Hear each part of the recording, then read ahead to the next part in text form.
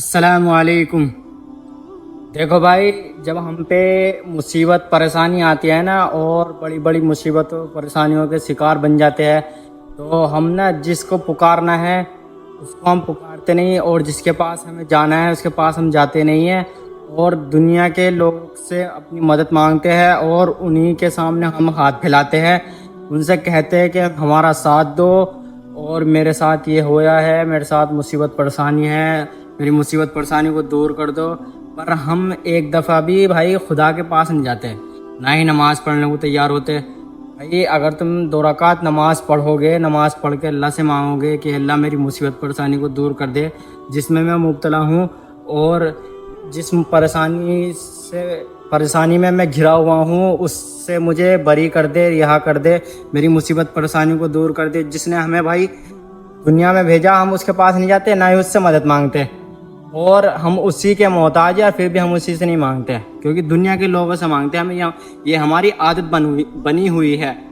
ہم بھائی خدا سے نہیں مانگنے کو راضی، بندے سے مانگنے کو، بندے کے سامنے ہاتھ پھیلانے کے لیے، بندے کے سامنے جھکنے کے لیے تیار ہے، مگر اللہ کے سامنے ایک سجدہ کرنے کو تیار نہیں ہے۔ کیونکہ خدا بھائی دیکھو، اگر انسان کے سامنے تم سجدہ چاہے کتنا ہی جھک لو، کتنا ہی جھڑگا لو، مگر انسان تمہارا فائدہ ہی اٹھائے گا، اور تم اگر خدا کے سامنے ایک سجدہ کرو گے نا تو وہ ایک سجدے میں مان جاتا ہے۔ اور بھائی ہم پھر بھی خدا سے نہیں بدلاتے، نہ ہی خدا سے مدد مانگتے ہیں اور نہ ہی ہمیں مانگنی، کیونکہ بھائی ہماری عادت بنی ہوئی ہے نا کہ دنیا کے آگے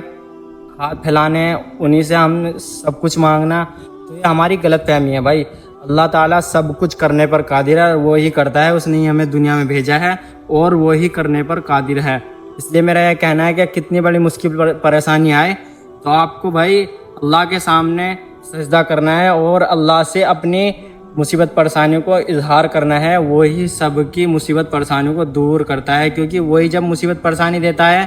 وہی دور کرنے والا ہے۔ ویڈیو اچھی لگی ہو تو لائک ضرور کرنا اور سبسکرائب کرنا۔